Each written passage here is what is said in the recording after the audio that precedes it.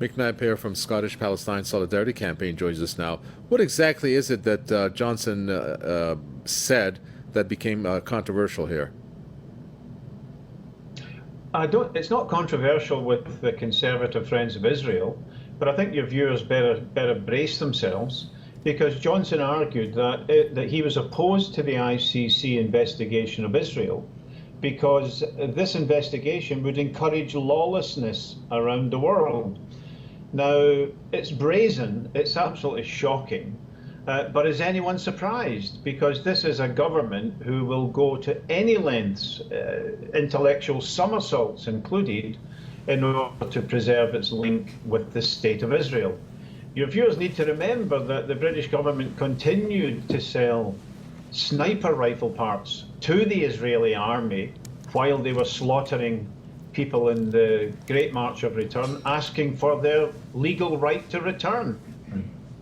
So the rule of law is a very, very civilized idea, but it comes as a complete, enemy to the government, to the Johnson government, and to the Israeli government.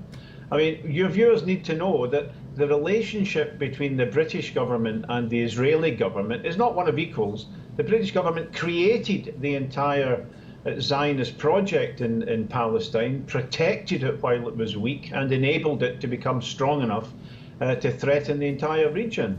And one more thing, if I may. At the same time as the British Balfour Declaration birthed the project that gave us the State of Israel, the Japanese put in a demand at the Versailles Treaty for racial equality. That is, the idea that non-white people should be treated equally to white people. Australia and Britain opposed it, and therefore the birth of the State of Israel is taken at a time of white supremacy being enshrined in the post-World War I settlement. So the notion of equal rights for Palestinians, the notion that they're equal to Israelis, is foreign to Johnson, and it's always been something which British foreign policy, in its militant support for the State of Israel, in its ethnic cleansing, has set its face against. There was a time in the past when Britain could attack countries in the Middle East or Africa or anywhere in the world and say, forgive my language, but we are Christians and they are not. Now they don't say that anymore. They say, we are Democrats, we and the Saudis and the Emiratis, we are Democrats and our enemies are not. It's complete fantasy. And what Johnson is saying now about the ICC ruling is topsy-turvy. No intelligent person could make any sense of it, that investigating Israel for its incessant breaches of international law. I mean, this international law was asserted after 1945, after the horrors of the Nazi and similar regimes across Europe and Japan and so on, but they were never supposed to apply to colonial people, to brown and black-skinned people. And that's been a constant of British foreign policy ever since. So faced with an Israel which is stealing, killing, jailing, demolishing Palestinian lives and houses, faced with that, and the ICC finally saying there will be an investigation into these crimes, the British government opposes it and says this will encourage criminality. Not a single one of your viewers could see in that anything other than a green light to Israel to continue with its crimes.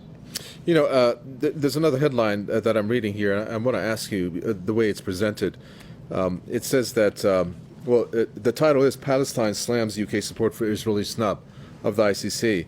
But then it goes on to say the Palestinian diplomatic mission said this week that the British Prime Minister Boris Johnson has sent a message to the world that Israel is above the law.